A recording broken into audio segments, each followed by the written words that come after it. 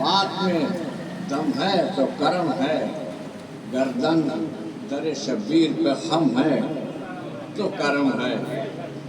مت سوچ تیرے گھر پہ کرم ہے تو علم ہے، دراصل تیرے گھر پہ علم ہے تو کرم ہے، دراصل تیرے گھر پہ علم ہے تو کرم ہے۔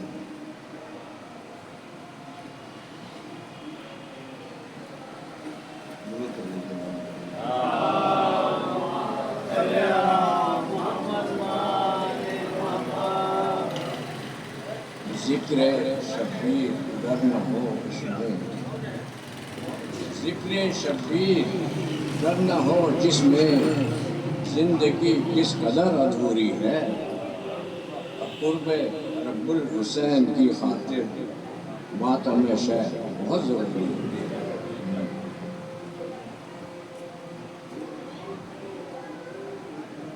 درود پڑھیے۔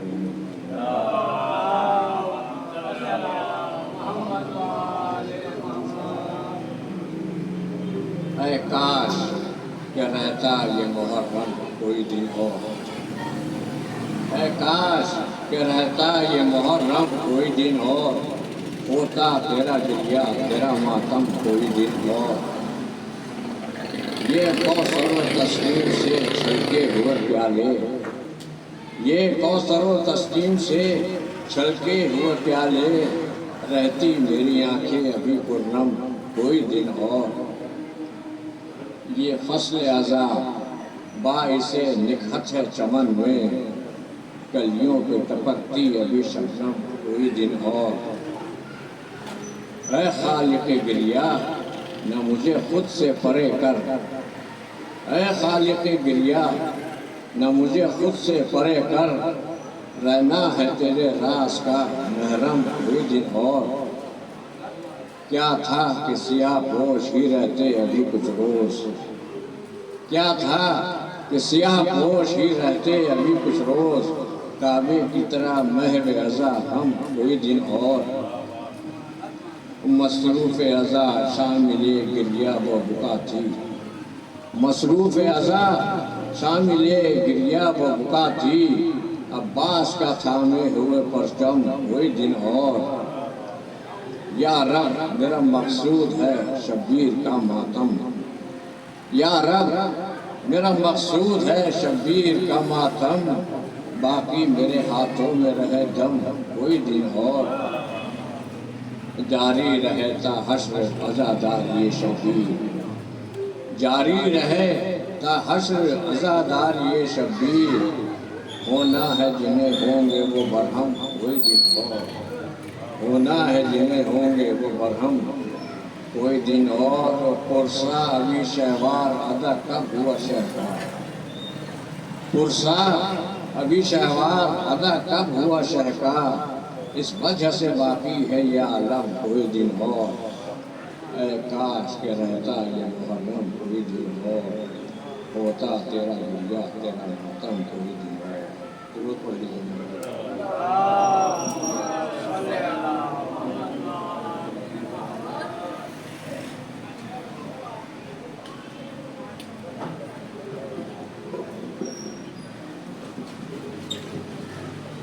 اعوذ باللہ من الشیطان الرجیم، بسم اللہ الرحمن الرحیم، الحمد للہ رب العالمین، الصلاۃ والسلام علیک یا ابا عبداللہ وعلی الارواح التي حلت بفنائک، علیک منی سلام اللہ ابدا ما بقیت وبقی اللیل والنہار، ولا جعلہ اللہ آخر العهد منی لزیارتکم۔ السلام علی الحسین وعلی علی ابن الحسین وعلی اولاد الحسین وعلی اصحاب الحسین، اللہم اجعلنی عندک وجیہا بالحسین علیہ السلام فی الدنیا والآخرہ، اللہم ارزقنی شفاعت الحسین یوم الورود وثبت لی قدم صدق عندک مع الحسین واصحاب الحسین الذین بذلوا مہاجرهم دون الحسین علیہ السلام، صلاۃ علی محمد وعلی محمد۔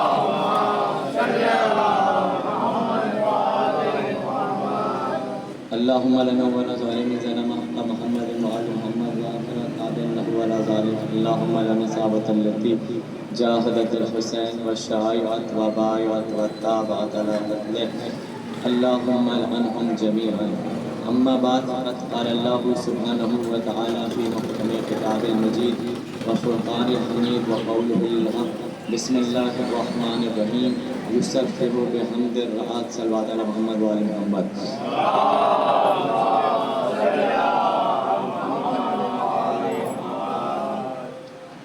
1447 ہجری کے ماہ محرم الحرام کی نویں اور آخری مہینے سے حضرات سماعت فرما رہے ہیں بعنوان امام حسین کی کہانی اور قرآن کی زبان میں. اور سورہ رعد کی آج جس آیت کا آپ کے سامنے سرنامہ سخن قرار دیا جس میں پروردگار عالم ارشاد فرما رہا ہے یسبح بحمدہ، فرمایا کہ یہ جو گرج ہوتی ہے بجلی، یہ گرج یہ اللہ کی تسبیح کرتی ہے. یہ جو گرج ہے یہ اللہ کی تسبیح کرتی ہے. خصائص حسینیہ کتاب ہے، اس میں چھٹے امام کا فرمان صاحب کتاب نے لکھا کہ امام جعفر صادق علیہ السلام فرماتے ہیں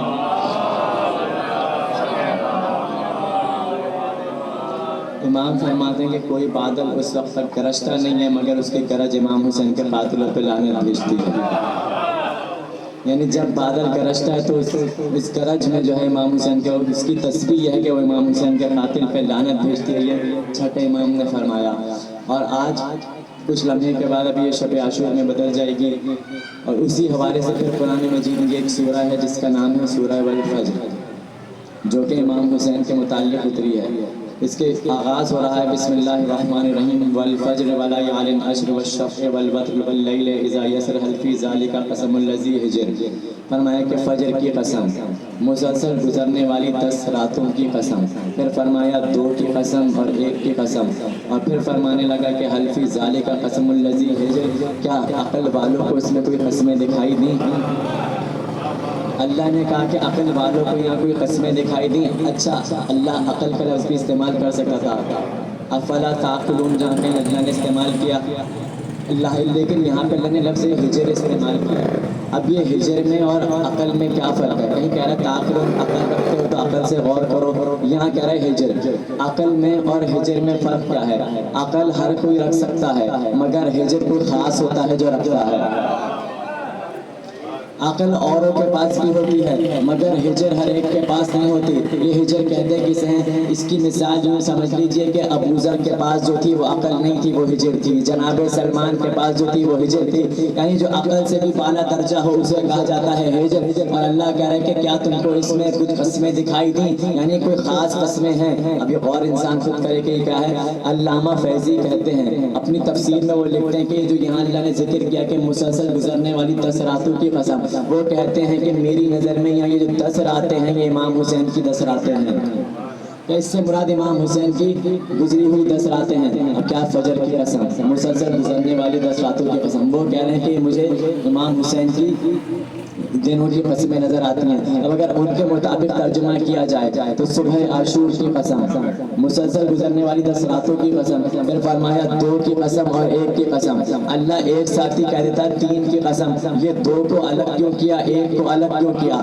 اگر اس کو غور کیا جائے تو کربلا میں اگر دیکھا جائے تو اماموں کی تعداد کربلا میں 3 تھی. تعداد امام کی 3 تھی. 1 امام ساکن کربلا بنے، 2 امام کوفہ اور شام گئے. 2 کی قسم اور 1 کی قسم الگ کر کے کربلا کے منظر کو اللہ نے بیان کر دیا. تو یہ تو اس کا آغاز ہے.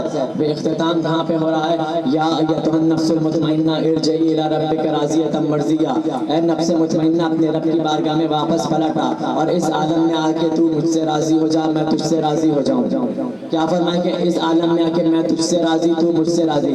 پوری کائنات خدا کو راضی کرنا چاہتی ہے. کسی سے پوچھو بھائی عبادتیں کیوں کرتے ہو، ہر کوئی کہے گا کہ بھائی عبادت اس لیے کرتے ہیں تاکہ اللہ راضی ہو جائے. تسبیح کیوں کرتے ہو؟ تاکہ اللہ راضی ہو جائے. نمازیں کیوں پڑھتے ہو؟ اللہ راضی ہو جائے. روزے کیوں رکھتے ہو؟ اللہ راضی ہو جائے. یعنی پوری کی پوری کائنات اللہ کو راضی کرنے میں لگی ہے اور اللہ حسین کو راضی کرنا چاہ رہا ہے.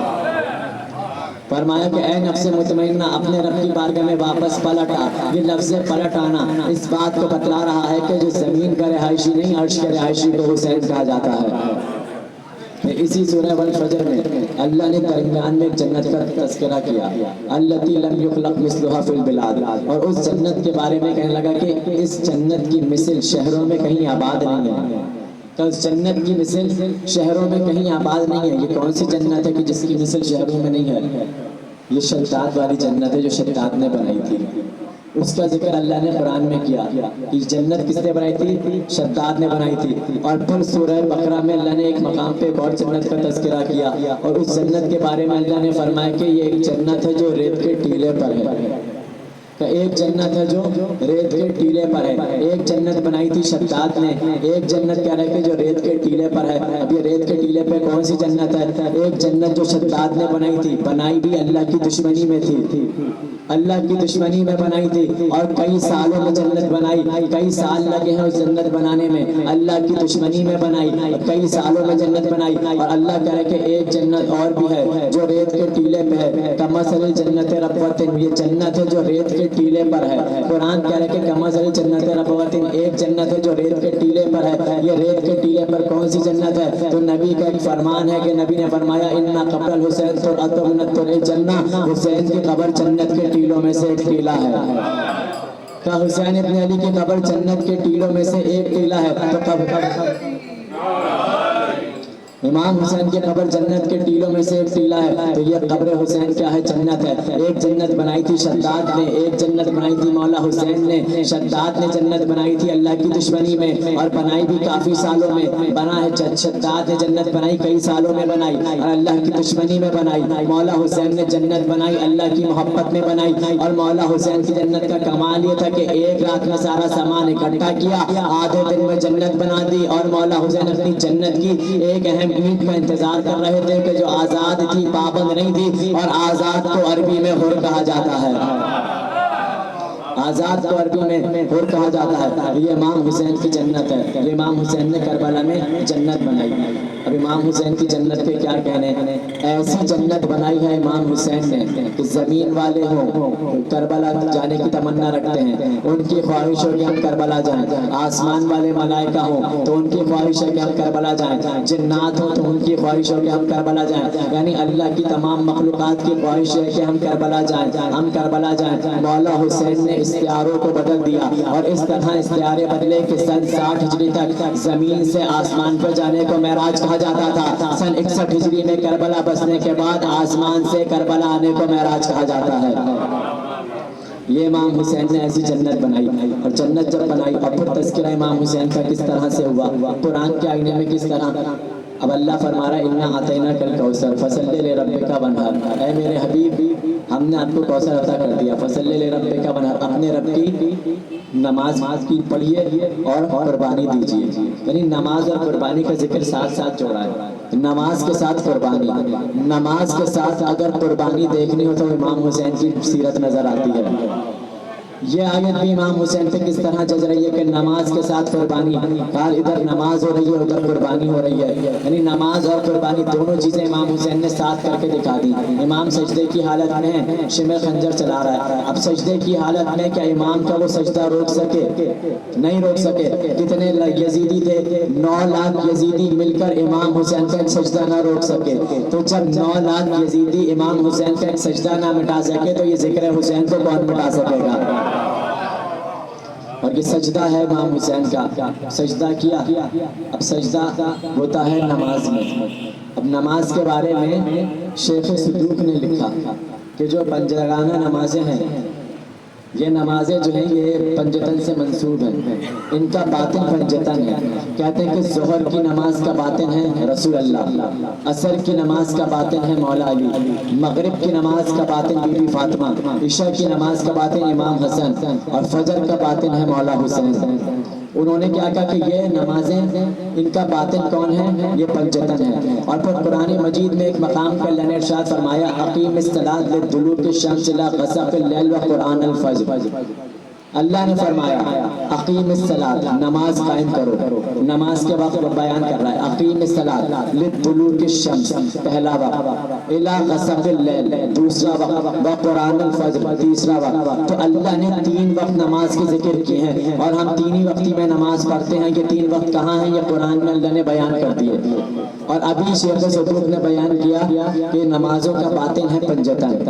نمازوں کا بعد فجر، ظہر رسول اللہ، عصر مولا علی، مغرب بی بی سیدہ عائشہ امام حسن اور فجر مولا حسین۔ اب اس پیٹرن کو اگر دیکھا جائے، اقیم الصلاۃ لطلوع الشمس، طلوع الشمس میں ظہر اور عصر آ گئی، الی غسق اللیل، غسق اللیل میں مغرب اور عشاء آ گئی، اور اللہ نے لفظ کیا استعمال کیا؟ اقیم الصلاۃ۔ اور جب فجر کی نماز کی باری آئی تو کیا فرمایا؟ وقرآن الفجر، یعنی 4 نمازوں کو صلاۃ کہا، فجر کی نماز کو قرآن کہا، 4 نمازوں کو صلاۃ کہا، فجر کی نماز کو قرآن کہا، اور فجر کا باطن ہے مولا حسین۔ 4 نمازیں صلاۃ کہلائی جاتی ہیں، فجر کی نماز کو اللہ قرآن کہہ رہا ہے، اور کمال کی بات تو یہ کہ فجر کی نماز کسی کے ساتھ جڑی ہے؟ نہیں۔ ظہر اکیلی ہے؟ نہیں۔ ظہر عصر ایک ساتھ، ظہرین۔ تو کیا مغرب اکیلی ہے؟ نہیں۔ مغرب عشاء ایک ساتھ، مغربین۔ نہ ظہر اکیلی ہے نہ مغرب اکیلی ہے، ظہر عصر ظہرین، مغرب عشاء مغربین، مگر فجر تنہا ہے، فجر تنہا ہے، رکعتیں سب سے کم ہیں، اجر سب سے بڑا ہے، رکعتیں سب سے کم ہیں، اجر سب سے بڑا ہے۔ اس کا باطن کون ہے؟ امام حسین ہے۔ اب یہ جو آیت پڑھی، اقیم الصلاۃ لطلوع الشمس الی غسق اللیل وقرآن الفجر، یہاں تک اس آیت کے اگر نقطے جا کے گنے جائیں تو نقطوں کی تعداد بنتی ہے 17، نقطوں کی تعداد ہے 17۔ یوں مومن پر دن میں کتنی واجب رکعتیں ہیں؟ 17۔ مومن پر واجب رکعتیں دن میں 17، آیات کے نقطے 17۔ اور مولا نے فرمایا کہ مومن کی علامت یہ ہے کہ وہ 51 رکعت نماز پڑھتا ہو۔ اب 51 رکعت کیسے؟ 17 واجب، 17 مستحب، 17 نوافل، کتنے ہو گئے؟ 17۔ آیات کے نقطے 17، واجب 17، نوافل 17، مستحب 17، یہ کل ہو گئے 51۔ یہ 51 بن گئے۔ مولا علی کا اگر پچھلا شجرہ دیکھا جائے، جناب ابو طالب سے لے کے جناب آدم تک اگر پشتیں گنی جائیں تو وہ بھی 51 بنا کرتی ہیں، تو وہ بھی 51 بنا کرتی ہیں، اور 51 بنتی ہیں تو اور اس میں بھی تقسیم کس طرح ہے؟ جناب ابو طالب سے لے کر جناب آدم تک جتنی پشتیں بنتی ہیں مولا علی کی، ان پشتوں میں بھی 17 نبی گزرے، 17 وسیع گزرے، 17 اولیاء، 17 بادشاہ گزرے، 17 بادشاہ مولا علی کے پچھلے شجرے میں 17 نبی، 17 وسیع، 17 بادشاہ، آیات کے نقطے 17، واجب رکعتیں 17۔ یعنی یہ 17 کا عدد اللہ کو اتنا محبوب ہوا کہ جب اللہ نے اپنے محبوب نبی کو اس دنیا میں بھیجا تو تاریخ بھی 17 تھی، 17 تاریخ کو اس دنیا میں بھیجا۔ اور جو حروف تہجی ہیں، ان کے جو اصل حروف ہیں ان کی تعداد بھی 17 ہے، باقی اسی سے بنے ہیں، اصل حروف تہجی ان کی تعداد 17، تو اتنا 17 کا عدد چلا۔ اور جو فجر ہے، حروف ابجد کی جو ترتیب ہے، حروف ابجد کی ترتیب میں فے کا نمبر بھی 17 ہے، حروف ابجد کی ترتیب میں فے کا نمبر بھی 17 ہے، اور حروف ابجد کی ترتیب میں جیم کا نمبر ہے 3، 17 اور 3 کتنے ہو گئے؟ 20، اور رے کا نمبر ہے 20، 20 اور 20 کتنے ہو گئے؟ 40 ہو گئے۔ اور 40 کو عربی میں کیا کہا جاتا ہے؟ 40 کو عربی میں 40 کہا جاتا ہے۔ فجر کا باطن ہے مولا حسین، 40 کو عربی میں 40 کہا جاتا ہے۔ یہی وجہ ہے آل محمد کے گھرانے میں سوائے حسین کے کسی اور کا 40 نہیں ہوا کرتا، کسی اور کا 40 نہیں ہوا کرتا۔ یہ ہے اللہ نے بیان کیا کہ اقیم الصلاۃ لطلوع الشمس الی غسق اللیل وقرآن الفجر۔ اور جب آگے منزل آگے آئی، یہ جو امام حسین اور انصار حسین کی جو قبریں ہیں، یہ بنائی کس نے ہیں؟ یہ رسول اللہ نے بنائی ہیں۔ مولا سجاد نے صرف مٹی کو ہٹایا، قبریں تیار ملی، تو بنانے والے کون تھے؟ رسول اللہ، رسول اللہ نے بنائی ہیں قبریں۔ اور رسول اللہ نے جب قبریں بنائی، مولا سجاد نے جب مٹی ہٹائی تو قبریں تیار تھیں، تو مولا حسین اور مولا عباس کے روضے کے درمیان جو فاصلہ رکھا، یہ کس نے رکھا؟ رسول اللہ نے رکھا۔ اور فاصلہ کتنا رکھا؟ یعنی جو فاصلہ صفا اور مروہ کے درمیان ہے، اتنا ہی فاصلہ امام حسین اور مولا عباس کے روضے کے درمیان ہے، اتنا ہی فاصلہ امام حسین اور مولا عباس کے روضے کے درمیان ہے۔ قرآن کی ایک آیت ہے تو فرمایا یسألونک عن الأہلہ، اے حبیب یہ لوگ آپ سے ہلال کے بارے میں سوال کرتے ہیں، یعنی یہ ہلال کے بارے میں سوال کرتے ہیں۔ یہ ہلال جو چاند ہے، یہ 2 چیزوں کا پتہ دیتا ہے، یہ ہلال 2 چیزوں کا پتہ دیتا ہے، اور ان میں سے ایک تو یہ کہ یہ جو ہلال ہے نا، یہ حج کا پتہ دیتا ہے۔ ہلال جو چاند ہے یہ حج کا پتہ دیتا ہے، اور حج ہوتا ہے مکہ میں۔ صفا و مروہ کے درمیان جتنا فاصلہ تھا مولا نے اتنا فاصلہ روضہ حسین اور روضہ عباس کے درمیان رکھا۔ یہ فاصلہ کیوں رکھا؟ کیونکہ مولا کو معلوم تھا کہ اے لوگوں، اسلام کا حج مکہ میں ہوگا، عشق کا حج کربلا میں ہوگا۔ اسلام کا حج مکہ میں ہوگا، عشق کا حج کربلا میں ہوگا۔ یہی بات ہے کہ عشق کا حج کربلا میں ہوگا، تو فاصلہ بھی صفا و مروہ تک ہونا چاہیے۔ اب فاصلہ رکھا صفا و مروہ کے درمیان، جو فاصلہ صفا و مروہ کے درمیان تھا وہی فاصلہ روضہ حسین اور مولا عباس کے روضے کا ہے۔ جب شب عاشور آئی تو امام حسین نے اپنے خیام کو ترتیب بدلی اور کیا فرمایا کہ خیمے سے خیمے کو جوڑ دو۔ اور جب خیمے سے خیمے جوڑے تو وہ خیمے جس صورت اختیار کر گئے تو وہ صورت بھی ہلال کی صورت اختیار کر گئے، کہ خیام بھی ہلال کی صورت کے طور پہ امام نے بنا دیا، ہلال کی صورت میں خیام بنا دیے۔ اور یہ ہلال کا چاند جو ہے ایک حج کا پتہ دیتا ہے، دوسرا حج کا پتہ دیتا ہے یہ، اور امام نے بتلا دیا کہ بھئی ادھر بھی حج ہونا ہے، جو عشق کا حج ہونا ہے۔ اگر ادھر حج نہ ہو رہا ہوتا تو امام حسین کی زواری لاکھ حجوں کے برابر کیسے ہوتی؟ تو ادھر حج ہونا۔ اب چاند، اب جو لفظ ہلال ہے، اس ہلال کے جو حروف ہیں وہ حروف اور اللہ کے جو حروف ہیں، نام اللہ کے نام کے، الف لام ہا، ہلال میں بھی یہی حروف ہیں جو حروف اللہ کے حروف میں ہیں، ہے لام الف لال ہلال، وہی حروف، یعنی حروف اگر دیکھیں الف لام ہا، یہی حروف اللہ کے نام میں بھی ہیں، یہی حروف ہلال میں بھی ہیں۔ تو بتلانا کیا ہے؟ ہلال کی صورت اختیار کر کے امام حسین نے بتلا دیا، شب عاشور ہلال کی صورت میں خیام بنا کے مولا حسین نے بتلا دیا، اے لوگوں توحید کا پتہ ڈھونڈنا ہو تو کربلا میں آ جاؤ، توحید کا پتہ ڈھونڈنا ہو تو کربلا میں آ جاؤ۔ اور امام حسین کی قربانی کے بارے میں اللہ نے قرآن میں ذکر کیا، کیا فرمایا؟ فَدَيْنَاهُ فَذِبْحِ، اللہ نے فرمایا کہ ہم نے اس قربانی کو ذبح عظیم میں بدل دیا۔ جناب ابراہیم نے جب قربانی پیش کی تو اللہ نے جناب ابراہیم کی قربانی قبول کرنے کے بعد کہا کہ ابراہیم ہم نے تمہاری قربانی کو ذبح عظیم میں بدل دیا، تمہاری ہی نسل میں ایک ہوگا، اس کی جو قربانی ہوگی وہ ذبح عظیم قربانی ہوگی، تو وہ بڑی قربانی ہوگی۔ اور کیسی قربانی ہوگی؟ قربانی ایسی ہوگی کہ ابراہیم نے اپنی آنکھوں پہ پٹی کو باندھ لیا تھا، اسماعیل کی آنکھوں پہ پٹی کو باندھ لیا تھا، مگر جو حسین کی قربانی ہوگی اپنے جوان بیٹے کے سینے سے برچھی کھینچیں گے، آنکھوں پہ پٹی نہیں ہوگی۔ مولا حسین فرماتے ہیں انا قتیل الابرار، میں وہ ہوں جسے رلا رلا کے مارا گیا ہے، میں وہ ہوں جس کو تڑپا تڑپا کے مارا گیا ہے۔ کیسے رلا رلا کے مارا گیا ہے؟ کبھی اکبر کے لاشے پہ تڑپایا ہے، کبھی قاسم کے ٹکڑوں پہ تڑپایا ہے، کبھی مولا عباس کے بازو پہ تڑپایا ہے، کئی علی اصغر کے لاشے پہ تڑپایا ہے۔ مولا فرماتے ہیں کہ میں رلا رلا کے مارا گیا ہوں۔ یہی حسین ابن علی کربلا کے بن میں جب زخمی حالت میں تھے، زخمی حالت میں مولا حسین تھے، جعفر جن کربلا پہنچ گیا۔ جب جعفر کہتا ہے کہ جب میں کربلا پہنچا تو میں نے دیکھا اتنی لمبی قطار کھڑی ہے، انبیاء کی قطار ہے، اوصیاء کی قطار کھڑی ہے، اولیاء کی قطار کھڑی ہے، ملائکہ کی تعداد بہت زیادہ کھڑی ہے، ہر کوئی کہہ رہا ہے اے حسین آپ حکم دیں، ہم آپ کی نصرت کے لیے آمادہ ہیں۔ جعفر جن کہتا ہے میں کافی دور تھا، رش اتنا زیادہ تھا میں قریب آ نہیں سکا، ایک مرتبہ زخمی حالت میں مولا حسین نے سر اٹھا کر کہا اے جعفر ذرا میرے قریب آ جاؤ۔ کہ جعفر جن کہتا ہے کہ میں مولا حسین کے قریب گیا، جیسے ہی میں قریب پہنچا تو میں نے کیا منظر دیکھا؟ امام حسین اتنی زخمی حالت میں تھے، امام حسین کے ہونٹ خشک ہو کے پھٹے ہوئے تھے۔ میں نے کہا مولا آپ کہیں تو میں آپ کے لیے پانی لے کر آ جاتا ہوں۔ ایک مرتبہ مولا نے جعفر کا ہاتھ پکڑا اور ہاتھ پکڑ کے قبر پہ لے کر آئے اور آ کر کہا اے جعفر جن یہ دیکھ رہے ہو یہ کس کی قبر ہے؟ فرمایا یہ میرے 6 مہینے والے علی اصغر کی قبر ہے۔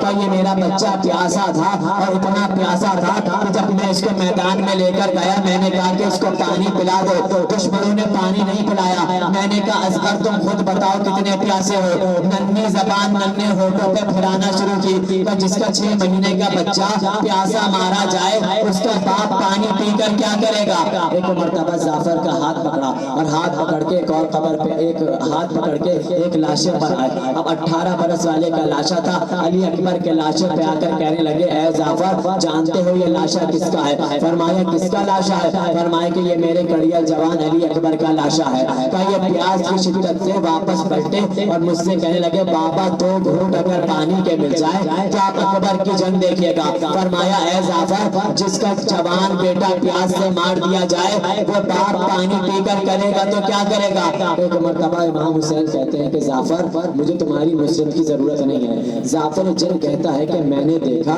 کہ ایک زخم ہے جو امام حسین مجھ سے چھپا رہے ہیں. میں نے بڑی کوشش کی مولا آپ بتائیے یہ زخم کون سا ہے؟ مولا نے نہیں بتایا. جعفر جن کہتا ہے کہ میں نے بہت اصرار کیا تو مولا حسین نے بتایا. جعفر جن کہتا ہے وہ جو زخم امام حسین کے بازو کے پاس تھا وہ زخم اتنا گہرا تھا کہ آر پار دیکھا جا سکتا تھا. اس زخم سے سامنے سے کھڑے ہو تو پیچھے تک کا نظر آتا تھا کہ پیچھے کیا ہے.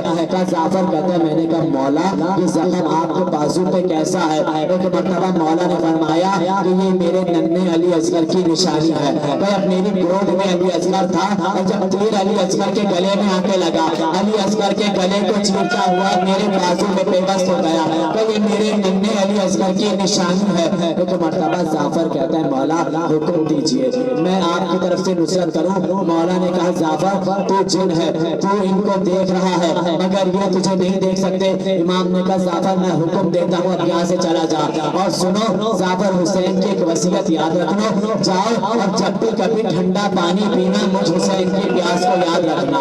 جعفر جب بھی ٹھنڈا پانی پینا میری پیاس کو یاد رکھنا اور جعفر میرے اوپر آنسو کو بہاتے رہنا مجھ پہ جتنا ہو سکے گریا کرتے رہنا. یہ کہہ کے جعفر کو امام نے بھیجا. جعفر نے کہا مولا میں آپ کی نصرت کرنا چاہتا ہوں. امام نے حکم دے کر کہا جعفر اب میں امام وقت ہو کر تم کو حکم دیتا ہوں یہاں سے بہت دور چلا جا اس لیے کہ اب اس کرب و بلا میں میری ماں فاطمہ زہرا آنے والی ہے. اب میں ہوں گا اور میری ماں ہوں گی. ایک مرتبہ جعفر چلا گیا. مولا حسین نے سب کو واپس بھیج دیا. سر سے لے کر پیر تک زخمی ہو چکے تھے مولا حسین.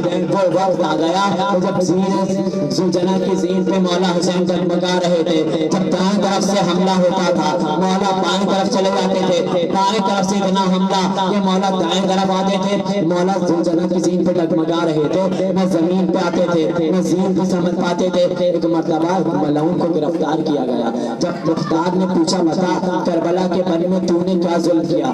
وہ کہتا ہے کہ اے امیر کربلا میں میں نے اس وقت تک کوئی ظلم نہیں کیا تھا جب حسین زلجنہ کی زین پہ ڈگمگا رہے تھے. سر سے لے کر پیر تک تیروں میں چھپ چکے تھے میرے مولا. فرمانے لگا کہ اس وقت تک میں نے کوئی ظلم نہیں کیا تھا حسین پہ.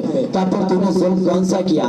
فرمایا جو ظلم میں نے کیا پھر وہ ظلم اس کے بعد کسی نے نہیں کیا. کیا بتا تو نے کیا ظلم کیا؟ کیا جب مولا زین زلجنہ پہ ڈگمگا رہے تھے تیروں میں بھرے ہوئے تھے شدت پیاس کی وجہ سے مولا کے دہنے مبارک کھلا ہوا تھا. تو میں نے مولا حسین کے دہنے مبارک کا نشانہ لیا اور تیر میں نے چھوڑ دیا. کیا وہ تیر امام حسین کے دہنے مبارک پہ جا کے لگا؟ وہ تیر دہنے مبارک پہ لگنا تھا اور ایک تیر حرملہ نے حسین کی پیشانی پہ مارا.